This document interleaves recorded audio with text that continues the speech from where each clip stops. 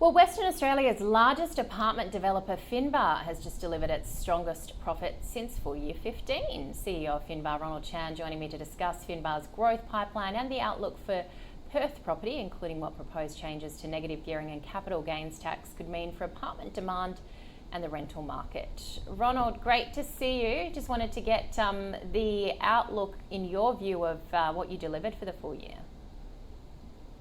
Thanks for having me.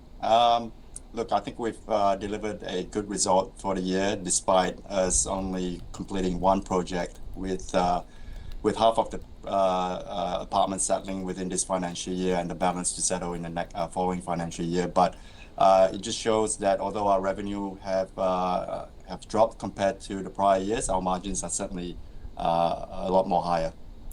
So how sustainable do you think is this level of profitability in your view?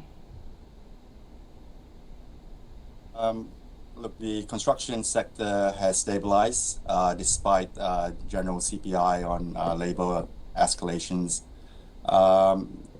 They talk about the downward pressure on house value coming down. I think it's a good thing that it's being stabilized. We're still 20% year on year. And it's actually trying to bring on a product that is more affordable to the general market. So the mid-tier price offerings is what we're targeting. So your $1.8 billion 5-year development pipeline, a significant number. How much visibility do you think, Ronald, that gives you over earnings for the next, say, 3 to 5 years? Well, our 5-year pipeline, we've got 560 million in pre-sales already. That's 80% sold across all our projects. We're yet to launch another 2 more projects in locations where there's not a lot of competition. I still feel there's a pent-up demand for product in our price range, given the supply constraints that's happening in Perth at the moment. There's low vacancy rates. We're still sitting at about 1.2% vacancy, high rental yields. Once investors come back into the market, they will be certainly be looking at our kind of product because it's a set price point that is acceptable to them. What are some of the key risks, though, Ronald, here? Given, of course, we could have interest rate changes, but we've also got construction costs, planning approvals. What are some of the risks, in your view, to that development pipeline? The outlook on how the market accepts. Sales, we never know whether we're going to have another war or anything such as this happening. But certainly everything's pointing in the right direction. We've got undersupply that cannot meet the market. So we're sitting in a good position, I believe. You've also announced another Perth site acquisition, so an estimated end value of 150 million. What attracted Finbar to this particular site?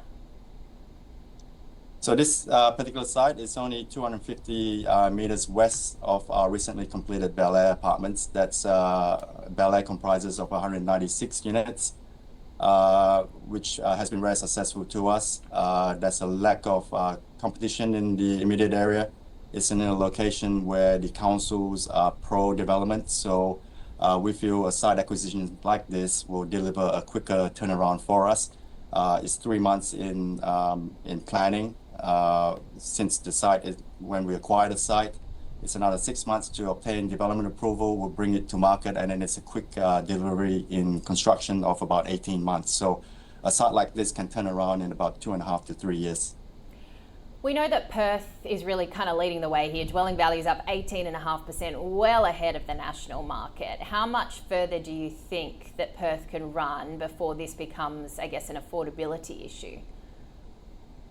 Well, I think the market's going to probably stabilize and probably increase maybe 5 to 6% a year going forward, which is a good thing because it just means affordability for the type of product that we're going to deliver is more catered towards the general market. I like to see our product, being snapped up by first home buyers and the general market, which comprises of 80%, which very few competitors can work in our space. How about the WA commitment here to $4.5 billion to housing and infrastructure? How significant is that, in your view, to opening up further supply? So how our model works is that we've got a dedicated builder that only builds for us, as well as an architect. With the combined two, we find efficiencies on the way that we can deliver. I mean, there's very few builders out there. A lot of these jobs are catered towards government jobs. So there's not a lot of competition. We can certainly work in our own space and deliver the type of volume that we can in the market. But we also have to touch on what's happening with the federal government and the changes here to negative gearing and CGT. If you're still there, Ronald, I guess how significant could this be for apartment demand as well? I can only see this as positive. It's catering towards new builds. So investors will certainly just lean more towards our product offering. Once this is set in stone by government, I think we'll see that investor profile come up again too. At the moment, we're sitting at about 40%, 30 to 40% investor. Our general view is that 50% is what it should be. So finally, Ronald, what are you most excited about looking forward, and where do you think the market might be mispricing what you're seeing? I'm just looking forward to delivering our 5-year pipeline, bringing product to the market that the general 80% can take up. I know it's in locations that are ideal for development, and I'm just looking forward to the next 5 years and when we launch projects.